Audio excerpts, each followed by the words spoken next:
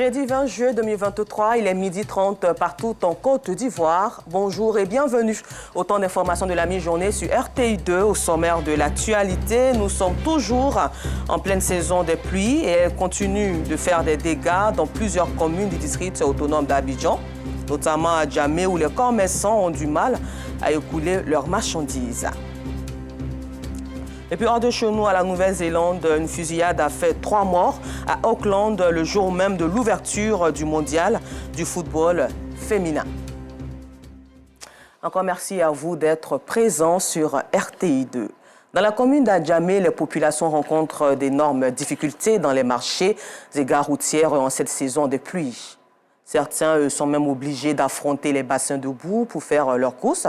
Les véhicules accèdent difficilement au marché, une situation qui empêche les commerçants d'écouler leurs marchandises. Les pertes n'en restent pas moins. Le constat de Justin Kwasi, Clément Boko et Zé Traoré.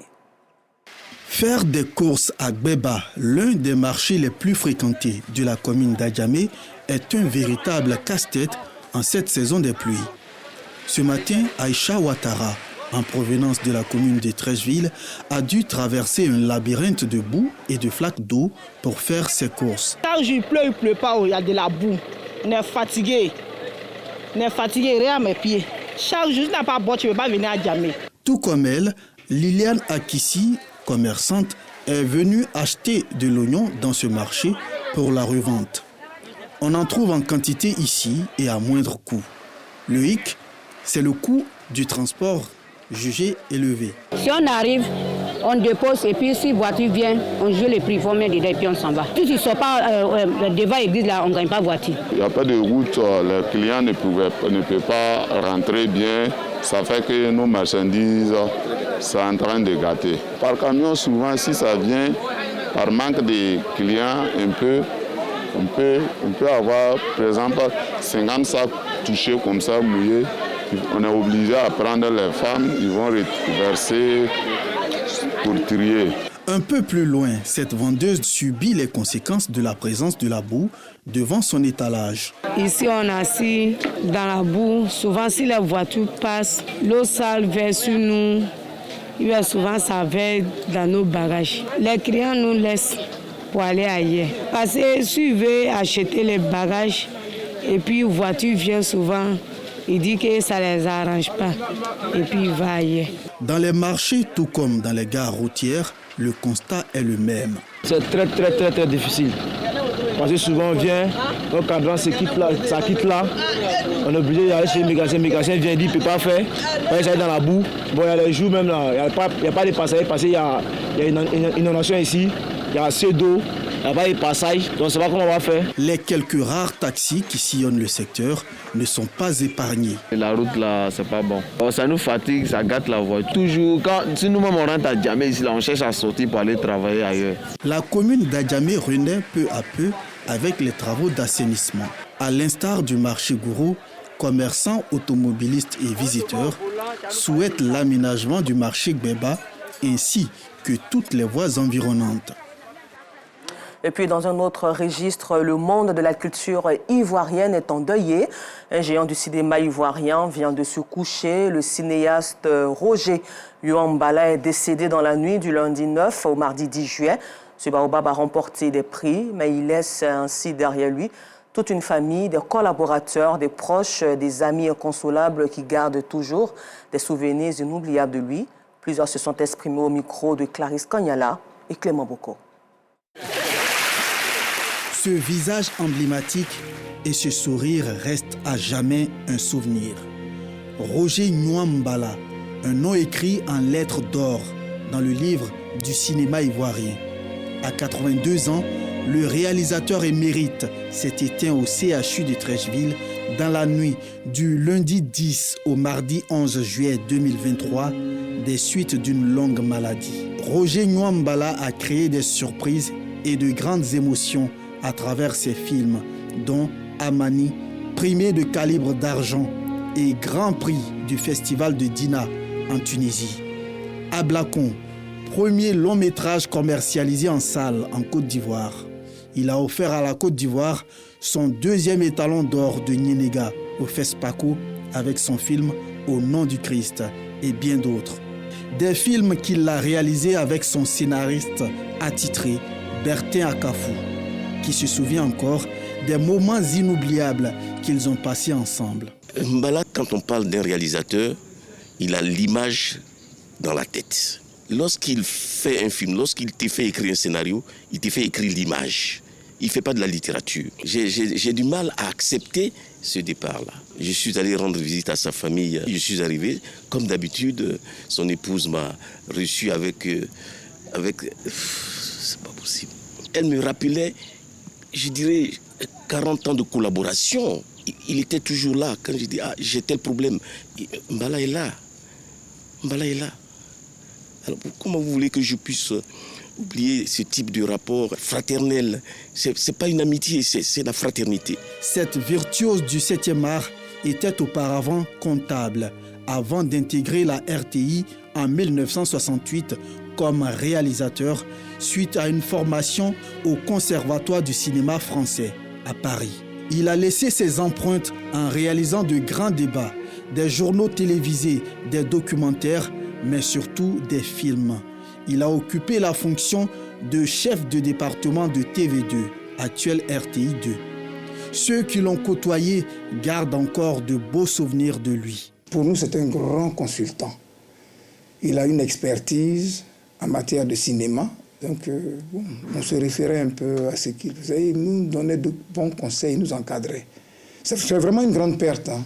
C'est vraiment une grande perte. Et je le taquinais souvent en disant, mais pourquoi est-ce qu'il n'enseigne pas ce qu'il a? Quand on allait le voir, c'était une autre forme d'école, hein, puisqu'il pouvait vous conseiller, il pouvait vous encadrer.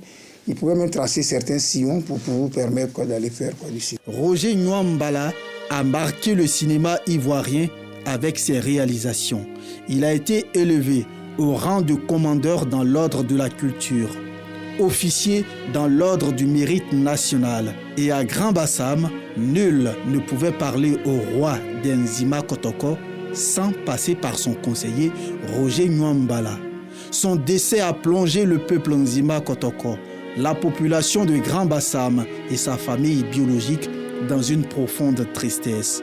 Marié et père de 4 enfants, un de ces enfants que nous avons rencontrés est encore sous le choc de la disparition définitive de son père. Bon, la nostalgie, elle est fortement présente, effectivement. Mais vous savez, on n'a pas encore atterri. Pour nous, il est encore un peu là, vous voyez.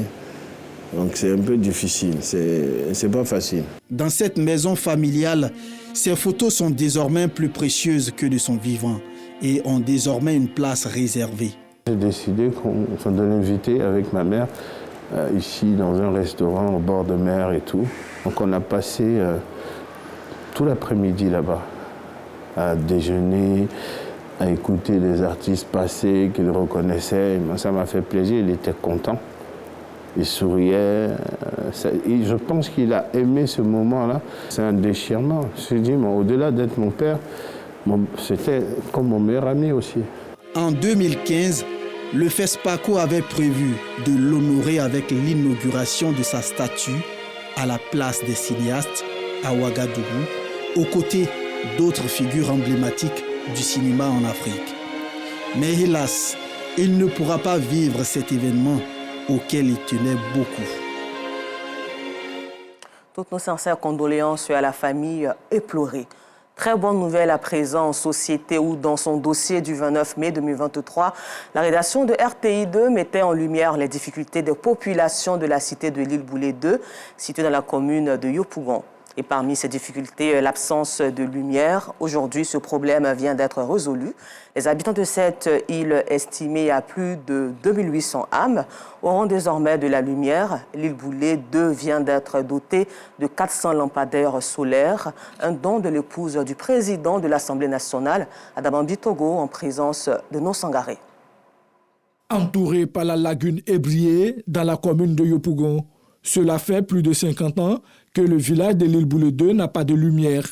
Sur cette île, quand tombe la nuit, la population reste donc terrée chez elle. Comme alternative pour leur ménage et permettre aux enfants d'étudier la nuit, Certains parents préfèrent allumer la torche de leur téléphone portable. Si elle ne fait pas ça, c'est pas bon. Elle ne peut pas étudier. C'est là qu'il donne mon portable. Tu vas pas étudier. Chaque matin, il m'achète mon téléphone à Nyongolo, quoi. Cette difficulté mise en lumière par la rédaction de RTI2 dans son dossier du 29 mai 2023 vient d'être résolue. Un lointain souvenir donc pour les habitants de cette île, estimée à plus de 2800 âmes. L'île Boulé 2 vient d'être dotée de 400 lampadaires solaires. Un ouf de soulagement pour les habitants qui ne cachent pas leur joie. Depuis que nos parents sont ici, on n'a jamais eu la lumière. Aujourd'hui, par la grâce de Dieu, les enfants peuvent étudier en paix. L'île Boulé quitter dans les difficultés un peu parce qu'aujourd'hui, on a des lampadaires solaires, 400 lampadaires solaires pour que tous les 4 campements vont en profiter. Je tiens à dire merci à RTI2. Ils ont tourné dans tous les 4 campements de l'île Boulé 2, fait sortir les difficultés que nos parents traversent ici.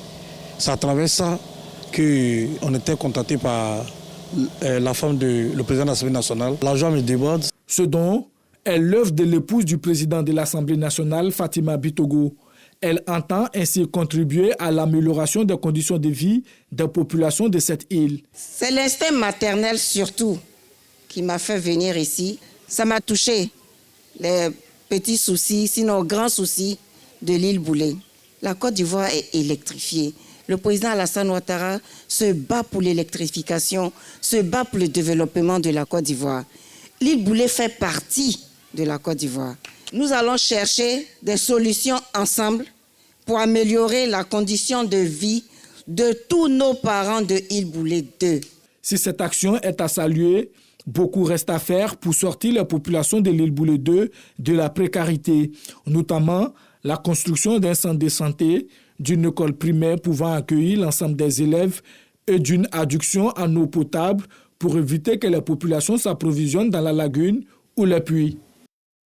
À la page sport avec Arsène Kouassi, mettons à présent l'accent sur le recrutement des 10 000 volontaires pour aider au bon déroulement de la CAN de l'hospitalité qui aura bientôt lieu en Côte d'Ivoire. La Côte d'Ivoire s'apprête à accueillir l'un des événements sportifs les plus attendus sur le continent africain avec la Coupe d'Afrique des Nations CAN 2023. Cet événement majeur est non seulement une vitrine pour le football africain, mais aussi une occasion pour la Côte d'Ivoire de démontrer son savoir-faire en matière d'organisation et de logistique. Afin de garantir la réussite de la CAN, le comité d'organisation a procédé au lancement du programme de 10 000 volontaires qui s'est tenu en présence de plusieurs membres du gouvernement ainsi que le président du COCAN. À travers votre adhésion à ce programme, le COCAN souhaite se rapprocher de vos parents et amis pour leur dire que la CAN, c'est notre affaire à tous. Il nous incombe de relever les défis de l'accueil, de l'hébergement, tout autant que ceux de l'organisation et de la victoire des éléphants. Nous sommes heureux aujourd'hui d'avoir lancé le recrutement de 10 000 volontaires pour aider le COCAN dans l'organisation de cette CAN qui arrive. Dans 2 mois, ce seront donc 20 000 bénévoles qui seront recrutés.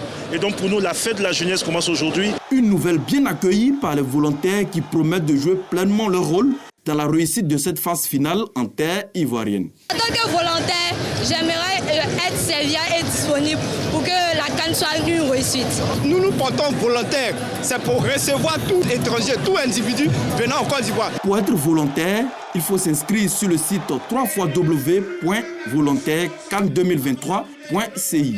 Les volontaires auront principalement un rôle d'accueil et d'assistance auprès des hôtes de la CAN à travers des sites de compétition comme les stades et des sites de non-compétition tels que terrains d'entraînement, hôtels, gares, centres d'accréditation, centres de presse, transport, logistique et la sécurité. Hors de chez nous, Human Rights Watch estime dans un rapport dévoilé le 19 juin 2023 que la Tunisie n'est pas un lieu sûr pour les migrants et réfugiés africains noirs et assure que les forces de sécurité maltraitent des migrants. L'ONG appelle par ailleurs l'Union européenne à suspendre son soutien au contrôle des migrations dans ce pays. En Nouvelle-Zélande, selon la police, 3 personnes sont décédées, dont le tueur présumé. La fusillade intervient quelques heures seulement avant le coup d'envoi de la Coupe du monde féminine de football dans la ville et s'est produite à quelques encablures de l'hôtel où logent les joueuses norvégiennes. Encore merci à vous de nous avoir suivis. Tant d'informations réalisées par Stéphane Kouna et Mamadou Fofana. Bonne suite de programme sur RTI2.